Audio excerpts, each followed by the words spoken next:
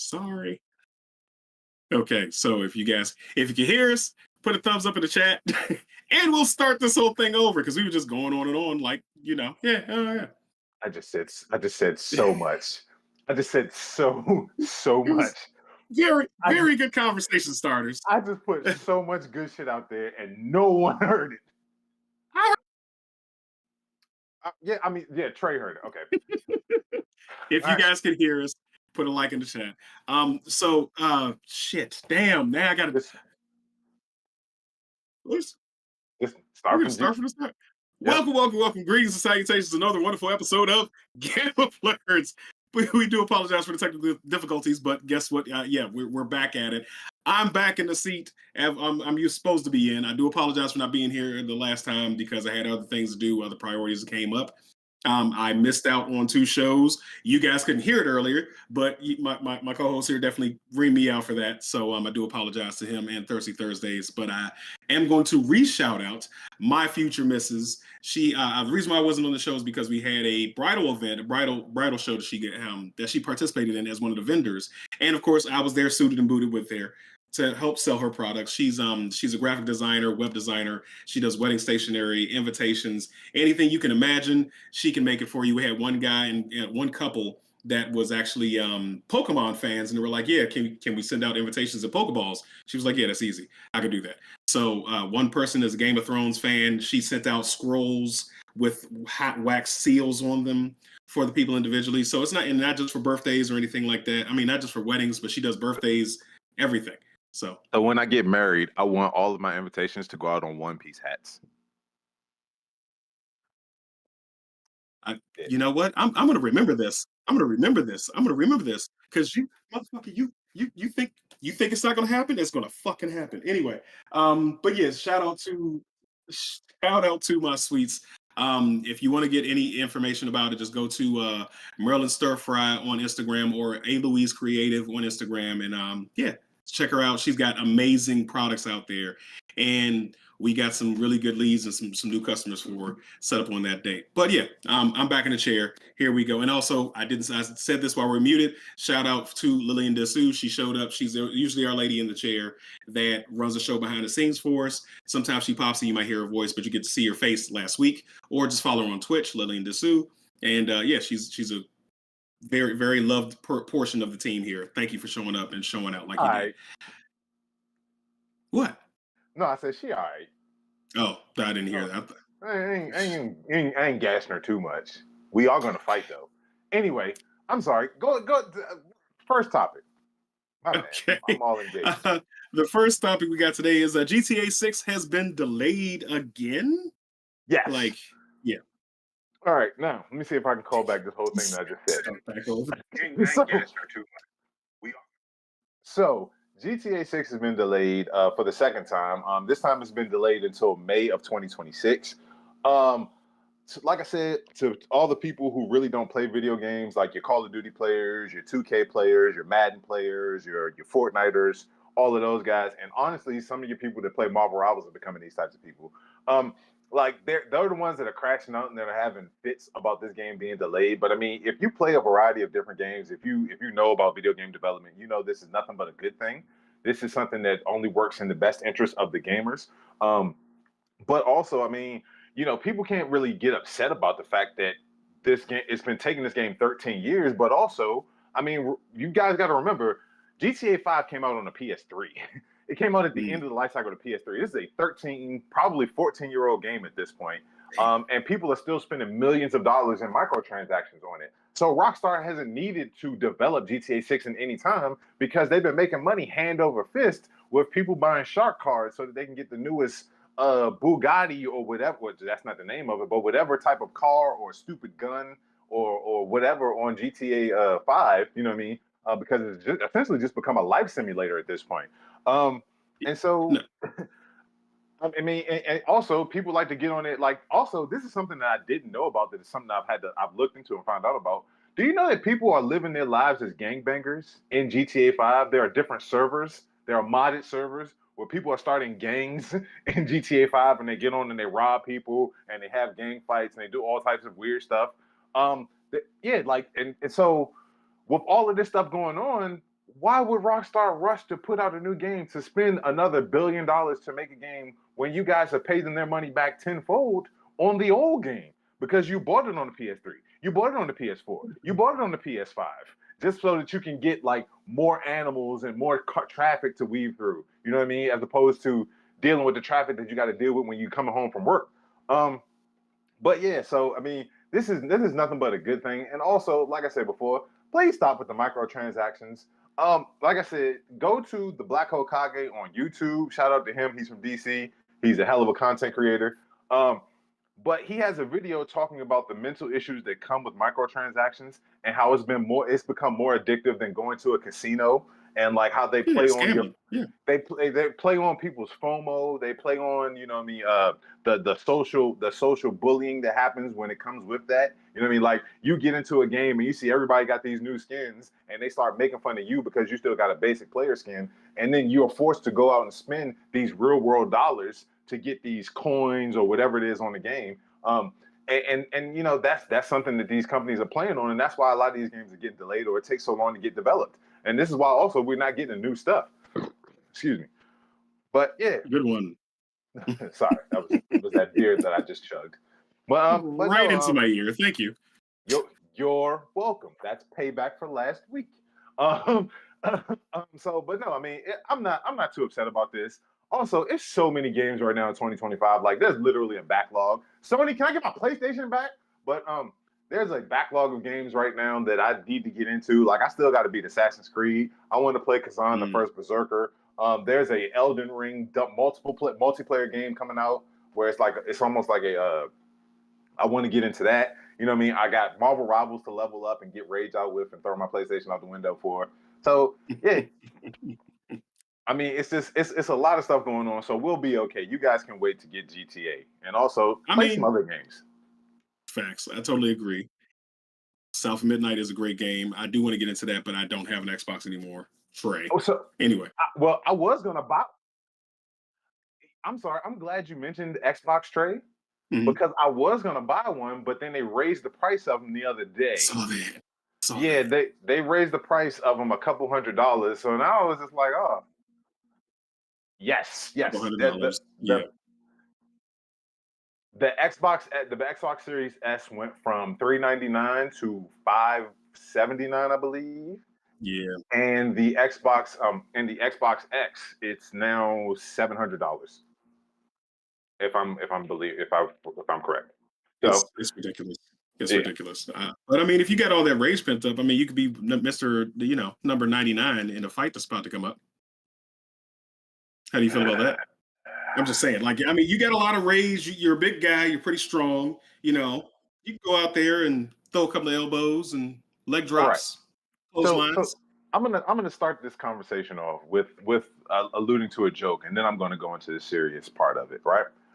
Dave Chappelle made a joke a long time ago talking about like how they said AIDS was started because somebody tried to have sex with a monkey, and he made the joke of, "Do you know how strong an ape is? It'll rip your dick off and throw it into the tall bush." I would never fucking join. I don't give a shit if it's me and 100,000 other me's or other guys. I ain't fighting no fucking gorilla. Like, their grip strength can rip a tire off of a fucking car. Like, what are you guys talking about? And and some of you buffoons are out there talking about, yeah, I mean, it's 100 of us. We're gonna go at them. Do you have spears? Do you have bow and arrows? Do you have guns? Do you have swords? Anything? Do y'all got fucking scalpels? Because if you don't have it, you got your mitts, right? And you're gonna be eating those fucking mitts when he rips your hand off and smacks the shit out of you with it. This is fucking dumb. This is dumb and it's stupid. But also, it is a fucking distraction. It is a distraction because everybody is talking about this 1 versus 100, and nobody is talking about how PBS is gone. And nobody is talking about how they attempted to pass. They voted to see if they could get to give Trump the power to deport U.S. citizens, legal citizens, to deport them. Hey Trey.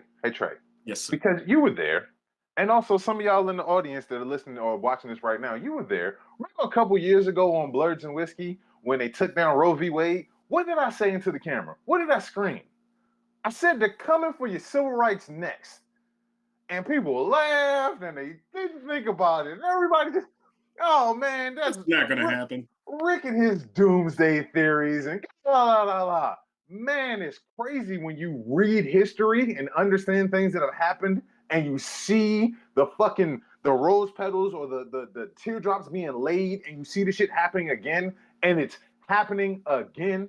We are in a fascist state. I want people to understand that. We do not live in a democracy anymore. This is not a democracy. We live in a fascist state.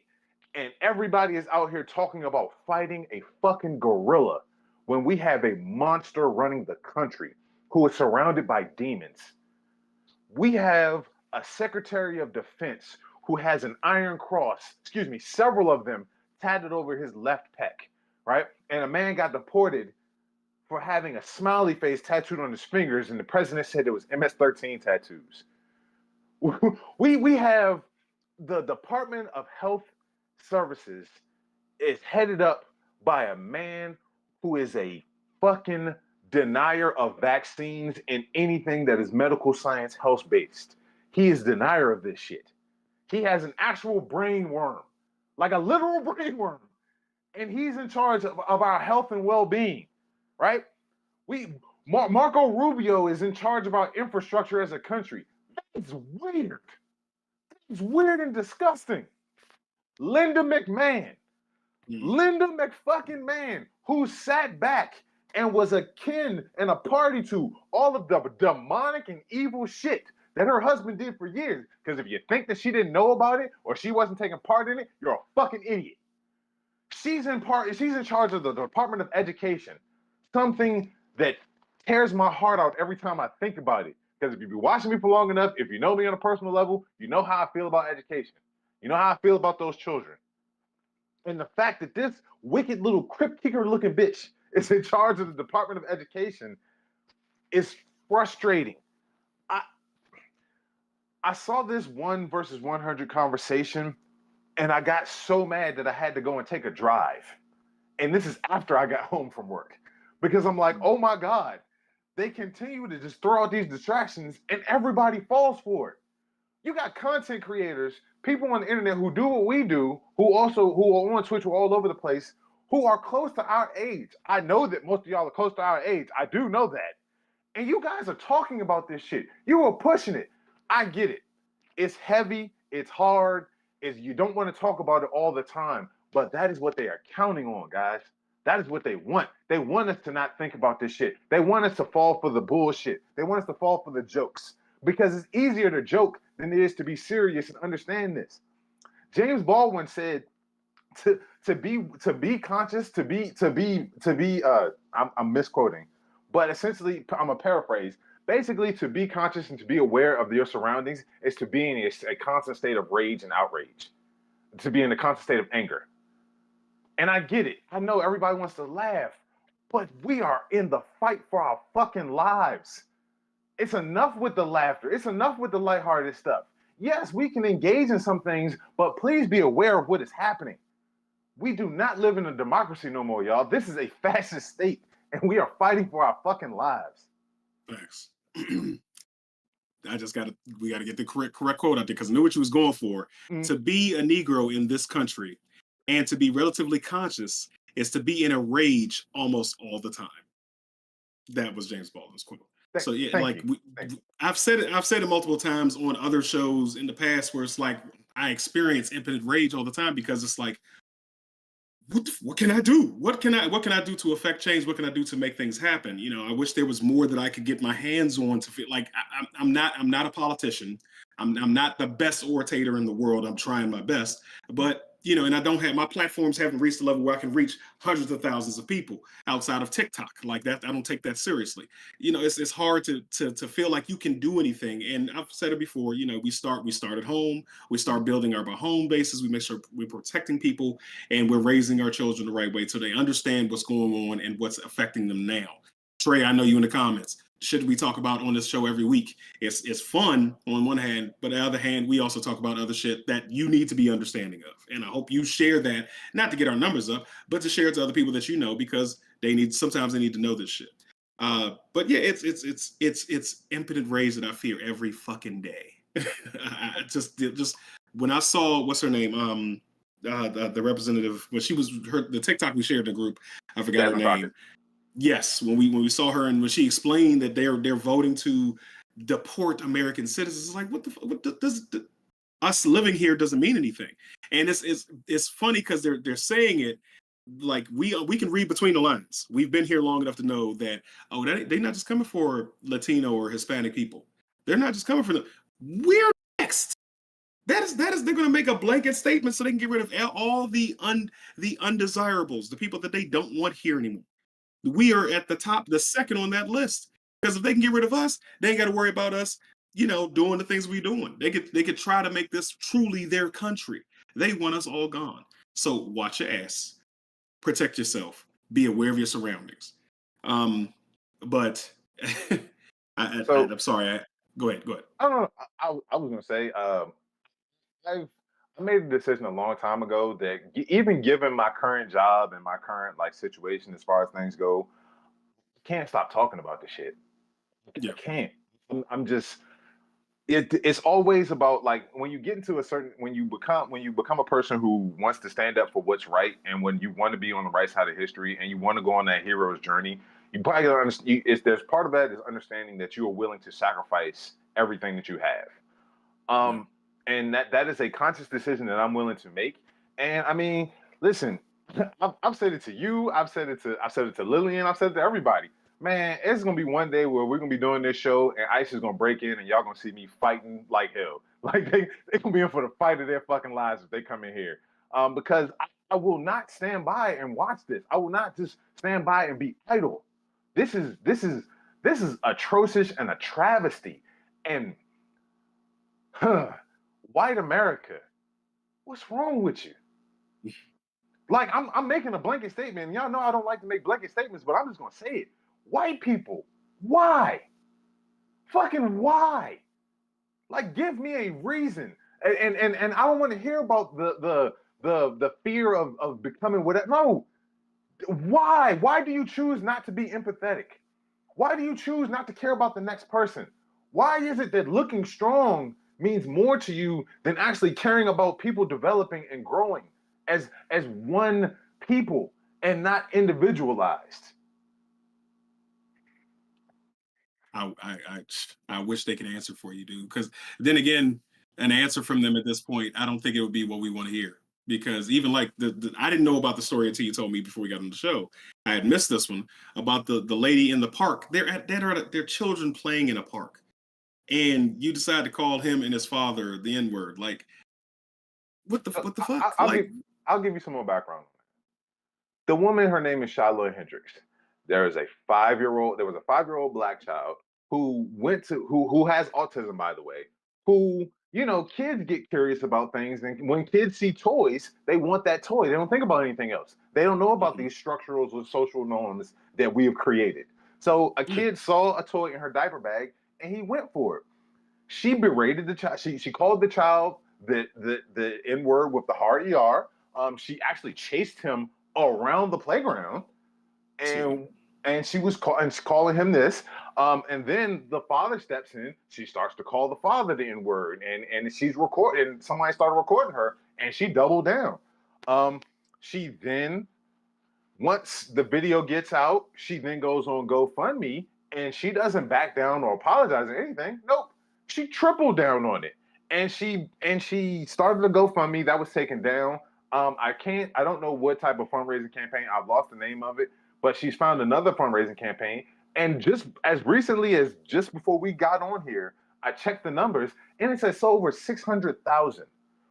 $600,000 with a goal of $1 million for her to protect her family. And this is all the racists have just joined the party. And this isn't like big sums of money from like individuals. This is people donating $10, $15, $20 here and there. And she's raised over 600K. And the comment sections on the donations is what is the part that makes me sick. Because it's a bunch of people saying Nuck figures in the comments. People talking about the days of white guilt are over and it's time for us to fight back. And they call themselves patriots, standing up against the incursions of the invaders. When this is our country just as much as it is yours. Our blood has been spilled more to the growing and the uprising of this country more than any other group. I'm comfortable with saying that, other than Native Americans.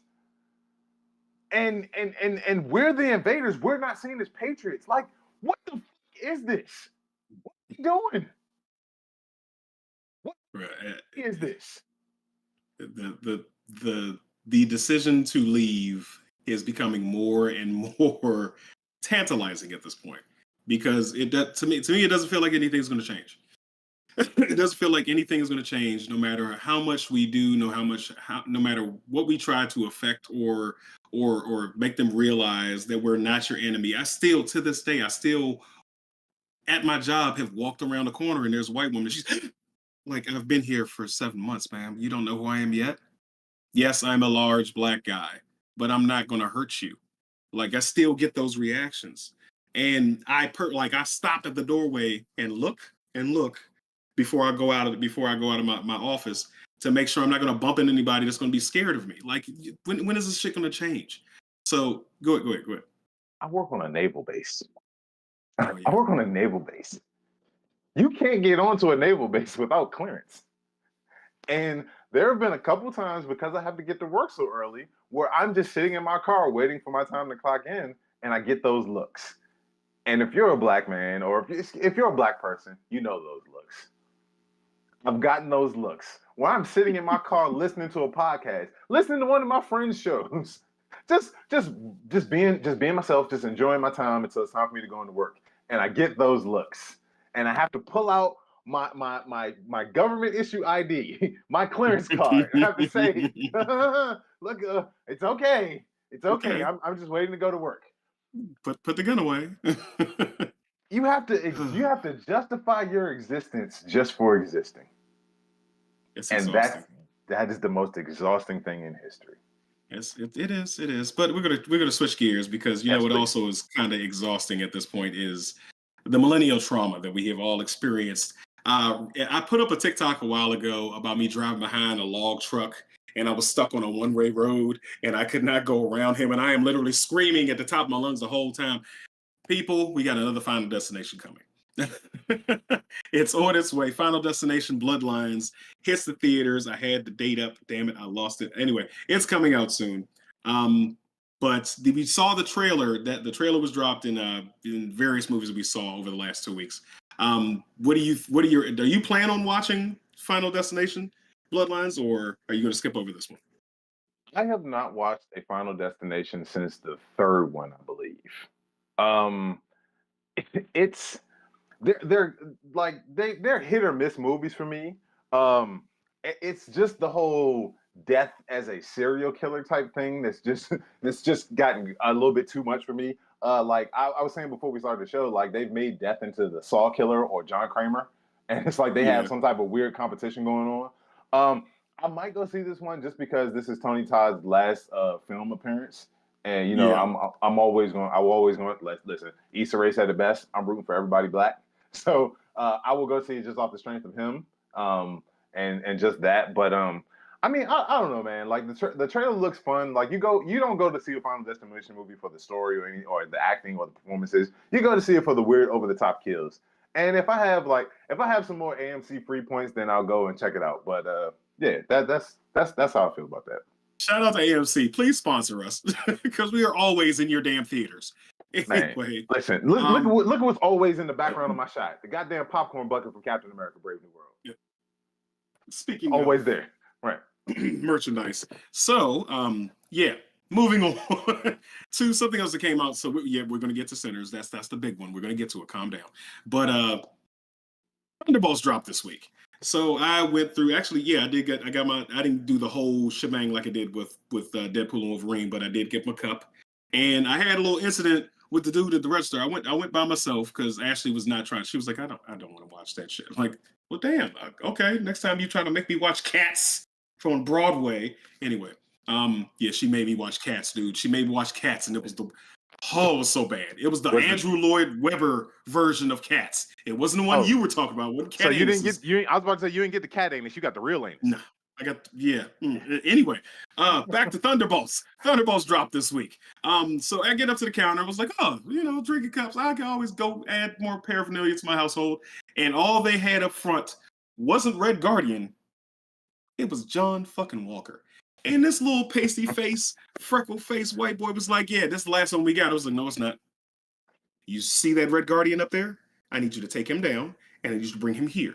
But that's the display. I don't care. Give me that. You look at me, dude. Do you think I want fucking John Walker on my cup? All right, you Think got about it. you got wet wipes and you got hand sanitizer back there. You better wipe that motherfucker off and give it to me. So yeah, I got Red Guardian. No, I might have to go back to the movie theater and grab one. Also, I saw that there was a popcorn bucket of the limo at AMC theaters. Like there is. If they have any left. I mean, listen, you saw me at Deadpool. We saw Deadpool and Wolverine together. You know how I'll go. You know exactly how I'll go. So, I got you. Yeah. So I went and saw Thunderbolts last night at 10 p.m. It was last showing of the night. I enjoyed this movie a lot more than I thought I was going to. It's first off, Julia Louis-Dreyfus. I was a fan of hers because I used to watch Seinfeld back in the day before I realized how pretentious that show was, and I can't really watch it. Yeah. But her as a bad guy is so good. Like, she is so fucking good. Like, she's terrifying, but in an auntie type way. You know what I mean? Like She's that white woman privilege terrifying. That's what it is. Yeah. Like it's just like, oh man, I really shouldn't cross her because like she's gonna have my legs broke. And I don't want that. But yeah, she was pretty good. Also, the next generation of Hollywood kids that are in this movie. Speaking of John Walker and Wyatt Russell, Kurt Russell's son, and Kurt Russell and Goldie Hawn's son, excuse me. He's I don't like John Walker. I don't like U.S. Agent at all, but I enjoy his performance as John Walker. Like he played an asshole. Yeah, he plays that fractured soldier. You know what I mean? That I'm a good guy, but also in my personal life, why I oughta. You know what I mean? Like he plays that role really well. Also, next generation of Hollywood, Lewis Pullman, Bill Pullman's son, him as Robert Reynolds. My God, my God. Please. So this movie, I'm not gonna because it's still got some time. We're gonna spoil Sinners. We're not gonna spoil this, but there is a moment in this movie. If you are familiar with Sentry at all, he's a character who's rooted in addiction, mental health issues, MPD. He basically has split personality disorder, where there's the Sentry, and there's Bob, and then there's the Void, his alter ego. And I'm going to open up a little bit about my own personal mental health journey myself.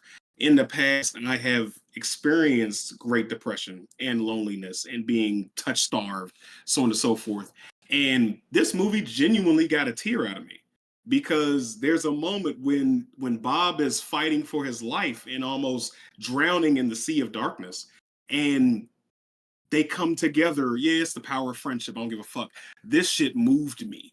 This shit affected my soul. It was like, yo, I've seen it depicted before, but not like this in my own fandom, my medium, and it spoke to me because I was in that dark place where I'm punching a wall and I can't find a way out, and I'm doing everything I can, but I feel like I'm drowning and I'm by myself, and a hand reaches out and makes me feel better, makes me feel like I'm not alone, makes me feel like I have a purpose, I have people that love me. That shit, I haven't been in that place for years, but it took me back there, and that's the first time that's happened to me in a Marvel movie. And I was the only one in the theater. But yeah, go ahead. Actually, I'm gonna tap a little bit of a nerve here. This was the most James Gunn-esque movie not directed by James Gunn. You're right. James Gunn somehow has tapped into the perfect way to do a team-up movie because he killed it with all three Guardians of the Galaxy and the Suicide Squad. Like he made them really great films, and it seems like I don't know who directed this. I'm sorry. You can look that up while I'm talking. Jake Shire. Jake Shire. Yeah.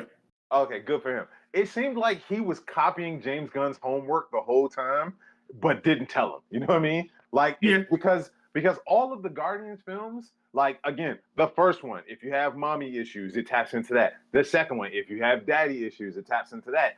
The third one, if you have self-esteem issues and getting over your depression and moving on, it taps into that. You know what I mean? And Yeah. and this movie here was just about people who have lost themselves in their depression and in abuse and their and any type of vice that you may have, getting lost in that because of some trauma that you suffered. This movie plays on that, and I mean, damn, like also this isn't a spoiler. If you know, you know. If you're not, whatever. Seeing Louis Pullman in that suit, fuck yeah, Bruh. fuck yeah. Bruh. Like, Perfect. Like, that's a, like comic accurate? Yes, thank you. But look, but this is the thing. So you know how I know all of this. Like I do a bunch of research and do the background on all of this stuff. Mhm. I was like, damn. And they wanted to put Stephen Yeun in that suit. I can't see Glenn in that suit. Yeah. Like Yeah. I'm kind of glad he dropped out. You know what I mean? Because it like again, and Louis Pullman fucking killed it. Yeah, I don't think because I would just hear Invincible the whole time. I wouldn't be able to. No, I couldn't do it. No. Right. So the overall the movie was good. It's going to get a radiation level of what are we going to what was our rating level? Do we ever establish one? Yes, we did establish one. I give excuse me, I was about to say Suicide Squad, excuse me. I give the Thunderbolts 3.5 potatoes out of 7 to turn into no, excuse me. I'm sorry, that's a little bit low. I give it 5 out of 7 potatoes to turn into vodka. Fair enough. Okay, I see what you did there. Good job. Yeah. We're not going to spoil the movie. We are going to spoil the fucking after credits. So there are 2 after credits to happen. One thing to happen, Red Guardian eventually gets himself on the Wheaties box. He talks about it through the whole fucking movie. It's a hilarious moment. So make sure you stay for the after credits. But the main after credits leads us into the second topic. The after credits basically happens. They're all in. They're basically essentially become the West Coast Avengers. That's what the Thunderbolts are going to be. And they check the telemetry of space. Oh, that's right. They also mentioned that something's going on in space. They mentioned something's going on in space, which could lead to a number of different things. My opinion is going to be the incursions, where there are massive things happening in space. If you know about the incursions, go look up Jonathan Hickman's Avengers and New Avengers and Fantastic Four. You'll read all that. That's going to be pretty much the Marvel Cinematic Universe stories for the next 10 years, in my opinion. And we also have the Doctor Doom that's going to be showing up in Fantastic Four.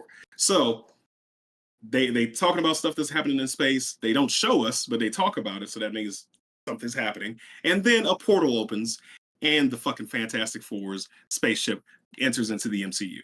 This spoils the Fantastic Four movie for us. This is just like, why did y'all do this? What? Like, I'm cool, I'm good. You spoiled it here, but and anybody who's been reading or watching MCU for a while or reading comics can pretty much figure out what's about to happen in this Fantastic Four movie. We had high hopes that it's going to be all cheery. We're in the 70s and everything is happy-go-lucky, but there's doom enough for all.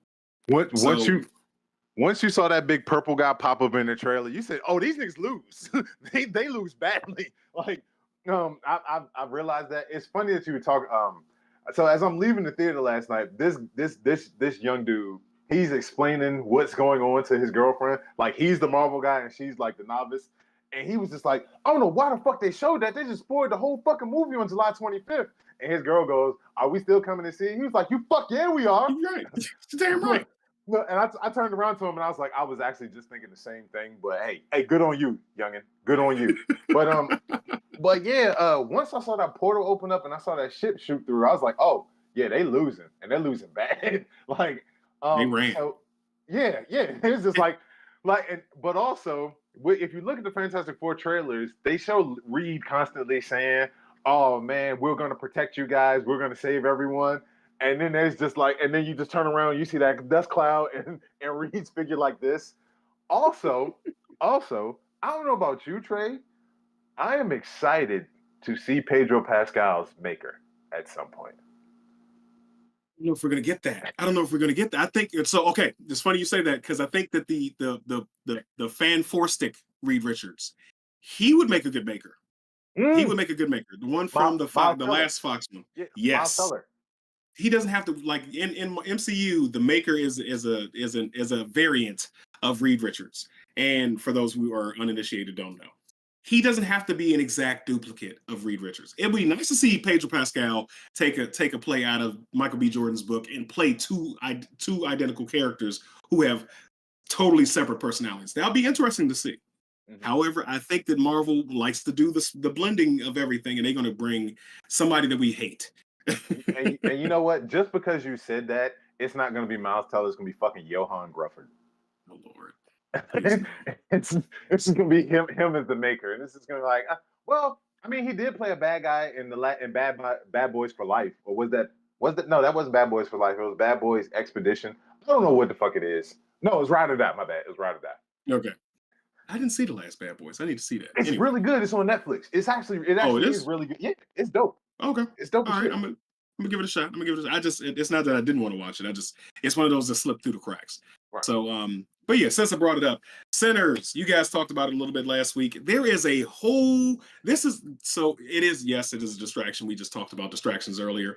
However, this is a good one because it gets you thinking about your environment and the things that are around you and not wanting to welcome motherfuckers into your house. I can't tell you, I have to fix my mouth correctly when I'm walking to go with somebody, can I come in? No, I can't even ask, can I come in at this point? Because they're going to automatically think I'm a fucking daywalker.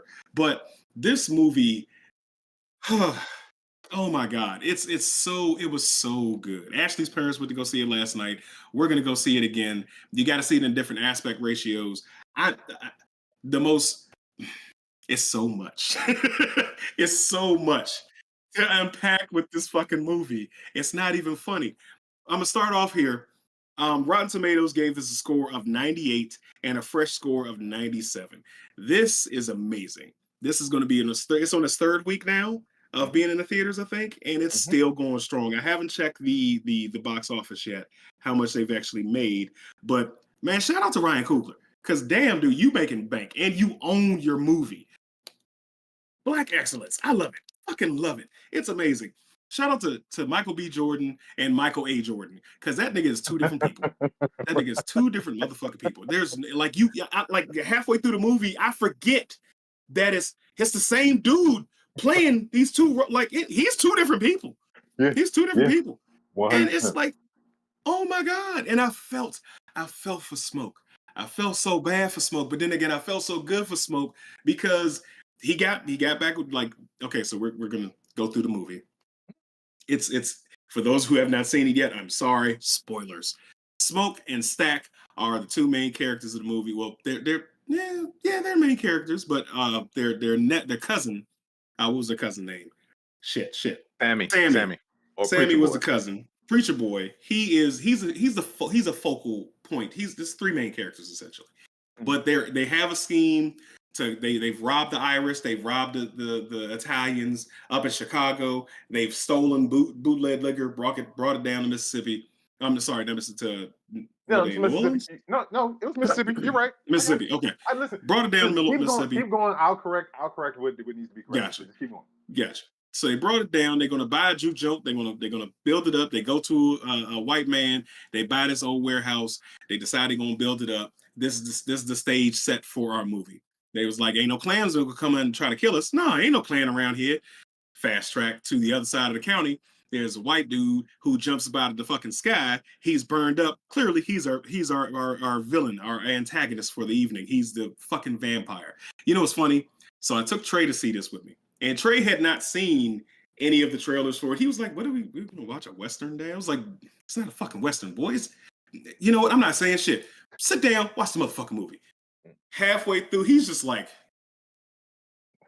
he's on the edge of his seat. This is fucking amazing. The movie's that good. Anyway, so Remick is the vampire's name, Irish vampire. He comes in, he takes over. No, that's right. So he's being chased down by some Native Americans, and he goes into this cabin. Choctaw goes into this cabin where there's some Klansmen that are hiding in there. He feigns like I'm injured. These people are chasing after me. Can you give me somewhere to hide? They hide him. The wife goes open the door. She sees the Native Americans there. Of course, I want you to get the fuck off my land. Oh, I was coming to help you, but bitch, you on your fucking own. Have a good night. You might want to stay inside. Peace. Greatest moment of the entire movie because it's like, no, it just out. Like, you know what? The original Nopes was Native Americans. So of course he kills those two, turns them. Then they eventually build up the juke joint, smoke a stack. They get into it. They have a party. They playing music. There's also a underline where Sammy has the ability to conjure your ancestors, and not just black ancestors, but anyone who feels the music, who feels the rhythm. If you've ever been in a party where the music is so damn good, you are dancing your ass off and you got two left feet. He's one of those type of musicians. He made you feel like your greats are standing around you dancing and enjoying themselves. But of course, this attracts Remick. And he wants that. He wants to get his ancestors. Now, I wonder if he wanted to get his vampiric ancestors or if he wanted to get his Irish ancestors. You can't tell me there's no other Irish that were in Mississippi. So real quick, speaking of Remick and him trying to re-engage with his ancestors, and basically it's about Remick has no culture at this point because he lost his culture. He lost his lineage. You know what I mean? He was a part of they essentially. I watched the video breakdown. Essentially, Remick is anywhere from 1,200 to 1,500 years old at this point in the movie, and this is in 1930s America.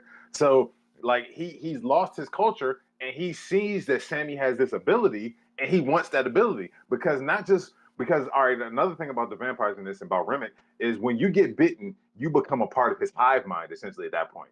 Yeah. It's almost like you become almost like a bee drone. You know what I mean? Yeah. And so he basically gets your memories and your abilities or whatever it is that you can do. He embodies that into himself. You know what I mean? And so essentially it's like him trying to gain his own type of culture by doing what? Like it's funny, like Remick, somebody asked Remick if he's, a part of the clan, if he's a racist, and he's like, no, I'm with you guys. But essentially we believe in equality. Right. But that's another. This is why the movie is so beautiful. He's trying to colonize black culture. You know what I mean? Mm-hmm. So even without him being one, he turns out doing the white man thing. But that's all I wanted to drop in there about that. Yeah. So so at that point they have the party. They've got another very important part. There is a I want to say Asian American couple that have two opposing storefronts. One for the white side, one for the black side, which is very interesting. Like, okay, yeah, you guys are playing both sides of the field. You are on both sides, and they have the wife works on the white side. She has a different accent than the husband who works on the black side. He's talking essentially jive. He's talking with the niggas like he's one of us. Like he's playing spades in the back. The wife is having business with the white people. Go ahead. I'm sorry. Also, just to mention that this Chinese couple, I did not know about the Mississippi Delta Asians and how there's a whole Mississippi Delta Chinese culture down there. This is an actual thing. These people actually, like, I'm not saying these people directly, but there's a Chinese American heritage in the South. So there are some Chinese women who have a heavy Southern accent because their lineage is that deep in the South. There are documentaries. They're documentaries. I found them. They've actually come across my timelines a few documentaries about these people. Again, Ryan Coogler. God damn it, you are the man. Oh shit! Damn, broke his camera. Anyway, so they have the party. Of course, Remick is drawn in by the music. A couple of things are going to happen, and I'm going to leave it up to you guys to go see in the movie theater that happens that are very key to the story, but also hilarious to the story. He's attracted to it. There's another heroine there that's involved with Stack, who basically she's what's the right way? She's mixed. She's I don't. Can we say octoroon? I don't know if we can say that. Can we? Okay. I'm just saying. I'm trying to make sure we're saying the right thing. Well, hold on. We can not only can we say octoroon, but also at this point, that's all Haley Steinfeld is to me is an octoroon. I don't see the other 7/8. All I see is that 1/8. Also, that's the 1/8 that her fiance doesn't like. I see you, Josh Allen. I know what you are. Anyway, Anyway. so she was invited to the cookout, but not invited to the cookout. She was Stack's ex lover. They all grew up together. Stax was smashing on the side, and you know, back in those days, you couldn't have sex with a white woman. And she blew me because she's out in public telling their details out loud in front of all these people. If it was one white man that heard this, that could be strung up. Yep. Like, bitch, have you lost your motherfucking mind? Like, Emmett Till was killed 2 years later in that time? Was it 1931? No. 50. Emmett Till was 19. Okay. Yeah, Emmett Till was in 19. Okay, sorry.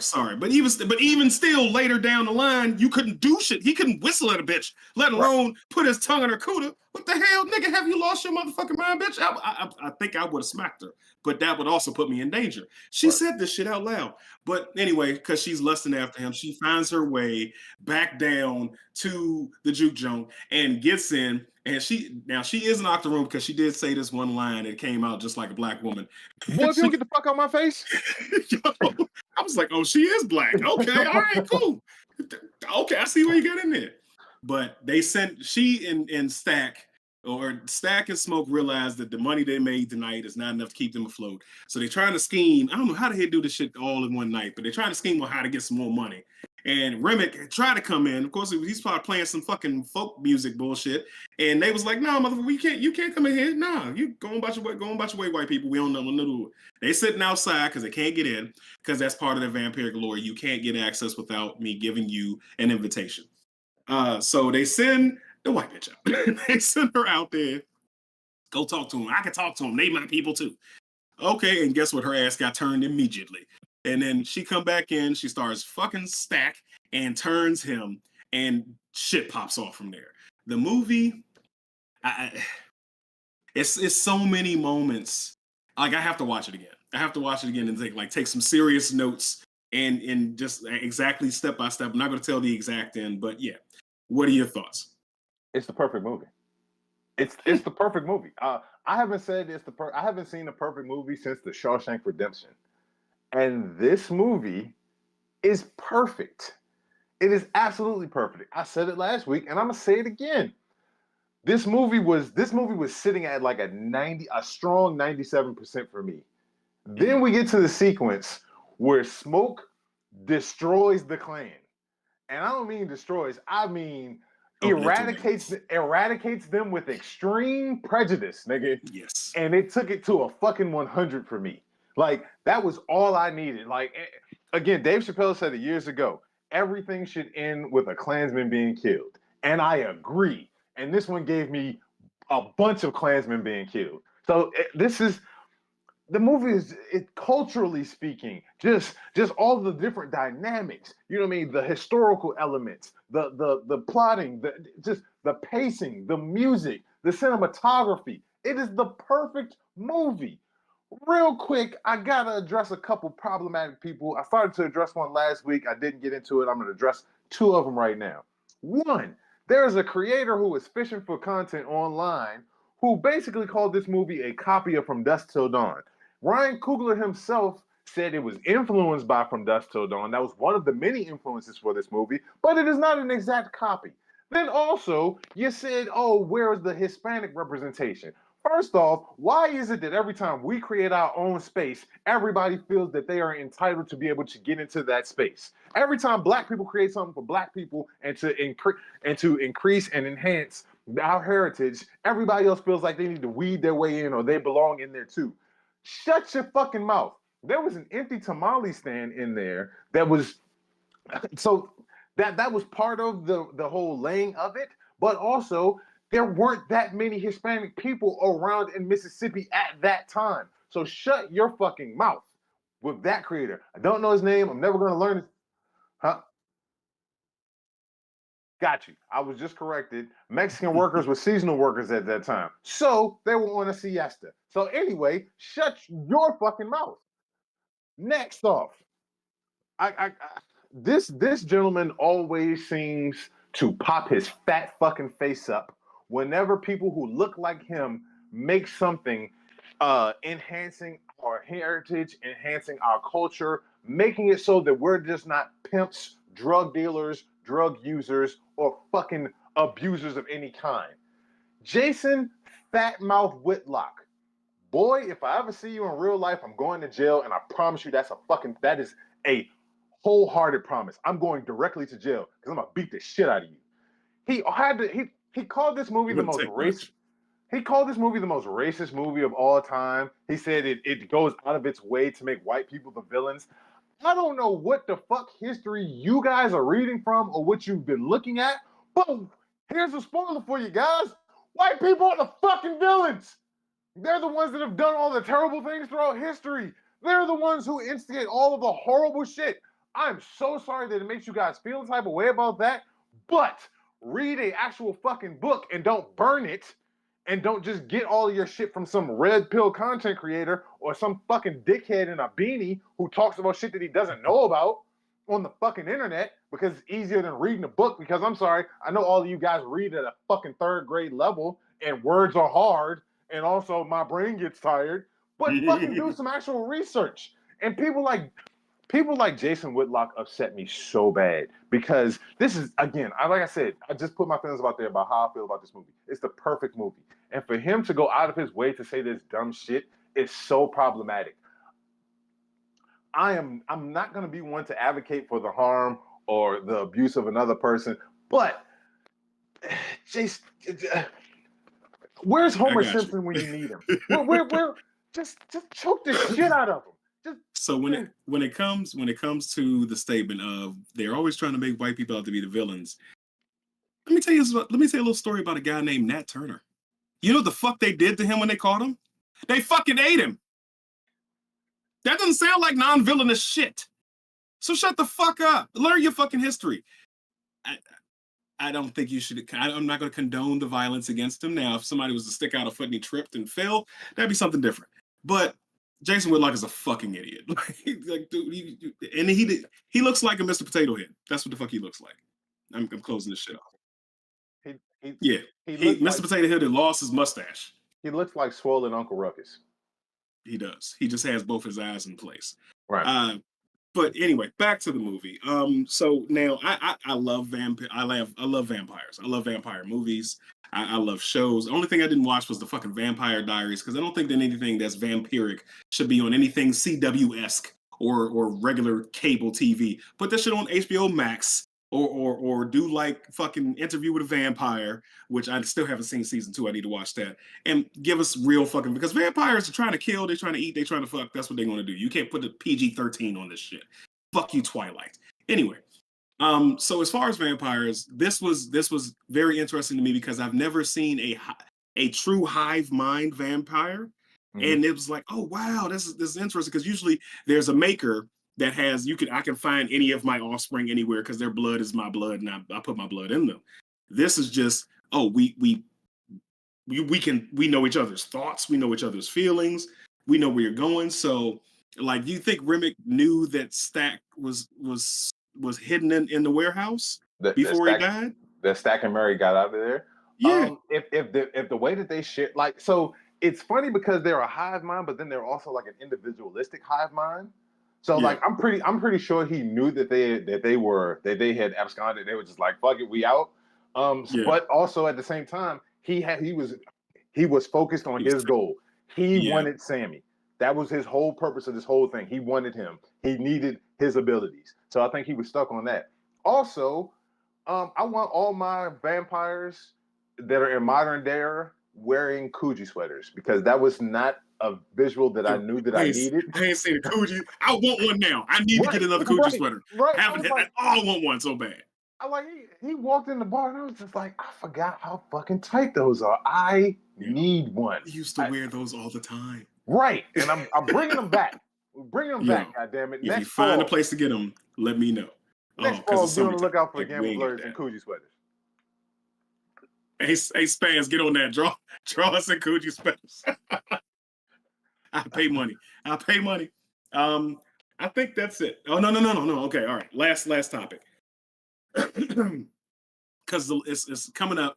Predator Badlands. We got trailers for that coming out. Trailers for that have come out. I'm excited for it. I think we talked about it previously in the last couple of episodes. But Arnold. I didn't see until the release trailer. So, what's the name? Dutch in the original Predator series. He's in this. So they captured Dutch and they dropped him on the planet. What they originally planned to do in what was it, Predators? They did it in this one because he's in the trailer talking about I thought I was ready and now you're not. So Dutch is going to probably finally die in this because I think they killed off the Dutch character in the comics. But yes, there are Predator comics if you didn't know. But he's going to be he was in the teaser trailer that I saw when I was watching Thunderbolts. So so far cast list wise, I think the Predator's name is Dek, Dek, but he's played by Demetrius Schuster. Some shit I can't say. I'm not even going to try. All right, dude, you can say it. I'll say it, but no, I'm not even looking at it. But I mean, okay. like after Prey, I'm excited for another Predator movie because Prey was the Predator sequel that I didn't know that I needed, and it was everything that I loved. Also, if I can get another scene of a Predator fighting a bear, that would just be the greatest. Because listen, I go back and watch the Winter Soldier fight, the first Captain America versus the Winter Soldier fight whenever I'm having a bad day. And also, I go back and watch the Predator versus the bear fight because, Jesus Christ, they were throwing bombs. They were dropping bombs on each other. Until he got his ass in the air and said, nope. I'm bored with this. He's fighting some big monster, but apparently the Predator in this case is a unblooded Yautja. So he hasn't graduated to being a full-fledged. He doesn't have all his weapons. He's on a distant planet, but he's earning his stripes. And then we might see different races of predators there as well, like we did in Seeing Predators, like we saw the Berserker Predators, the Red Predators, so on and so in the classic one. So he looks like, I don't know what the fuck he looks like. He doesn't have all his dreads. Yeah.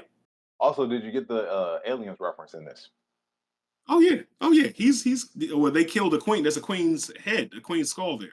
Well, and there's an engineer's skull. So also there's not just that.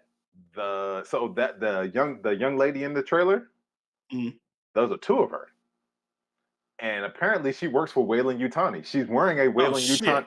Yeah, she's wearing a Weyland-Yutani vest, actually. Oh yeah. I'm excited for this. So yeah. Excited for this. Yeah. I remember I was in the theaters when I saw it, so I didn't get to see everything that I need to see, but it looks fucking amazing. And he doesn't have the claw, he's got a saber. It's a fucking burning saber. So oh yeah. Fun hunt, last chance. And then in comic book news, so over the last 3 years or so, since the acquisition of Fox Entertainment, so Marvel can play around with a lot of Fox properties. So we've had, I think it was year before last or last year, we had Wolverine versus Predator. And now I haven't read it yet, but they got Spider-Man versus Predator. Can you imagine? Like, I can't wait to see this. I miss Free Comic Book Day this weekend because I was busy. I'm sad. Now I gotta wait. But anyway, eventually I'm gonna go in. I'm gonna get this issue. I'm probably gonna wait till we get the trades for this. But that is something that's exciting that's happening in the world of comics. If you like to see things mixing between your fandoms, then this is gonna be perfect. Because the Wolverine, did you read Wolverine versus Predator?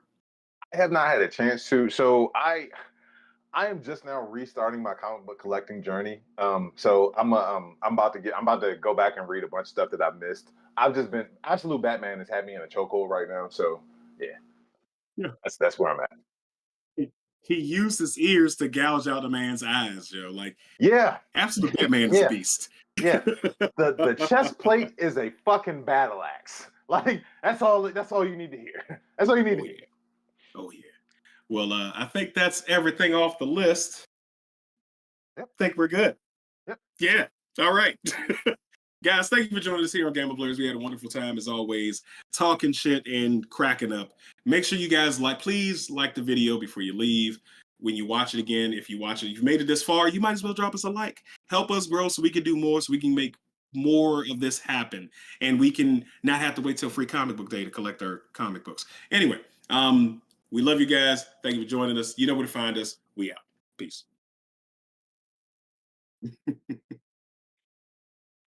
All right.